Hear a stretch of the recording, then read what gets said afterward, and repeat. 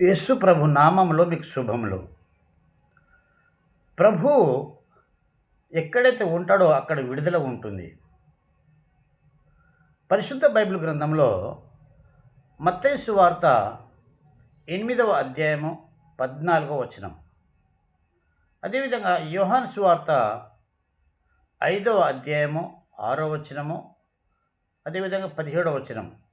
ఈ వచనాలు మనము జాగ్రత్తగా చదివినట్లయితే ఇక మత్తయి సువార్తలో పేతురు ఇంటికి యేసు ప్రభు వెళ్ళినప్పుడు అక్కడ జ్వరంతో పడి ఉన్న పేతురు యొక్క అత్తను ఆమె చేయి ముట్టినప్పుడు జ్వరము ఆమెను విడిపించబడ్డది. జ్వరం నుండి ఆమె విడిపించబడ్డది, స్వస్థత కలిగింది.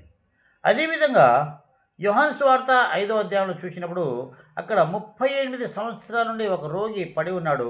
ఆ పడి ఉన్నట్టు చూచి ప్రభు ఆయనను స్వస్థత ఇచ్చాడు.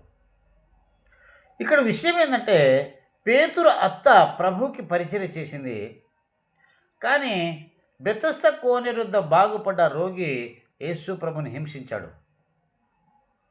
పడి ఉన్న ప్రతి ఒక్కరిని ప్రభు లేవనెత్తే దేవుడు. నువ్వు పడి ఉండట ప్రభు చూచినట్లయితే నేను బాగు చేస్తాడు. నువ్వు సాక్షాత్కంగా ఆయన పరిచర్య చేయవలసి ఉంటుంది.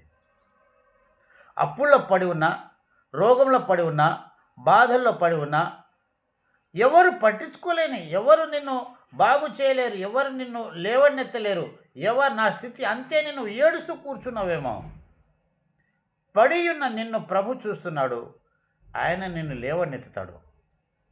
పేతురు అత్తను లేవనెత్తాడు. బెతస్త కోనేరు వద్ద ఆ రోగిని కూడా బాగు చేశాడు. ప్రభు నిన్ను, నన్ను, మనందరినీ కూడా బాగు చేస్తాడు. కానీ ఆయన సాక్షాత్కంగా మన జీవితాన్ని మరిక ఉంచాలి.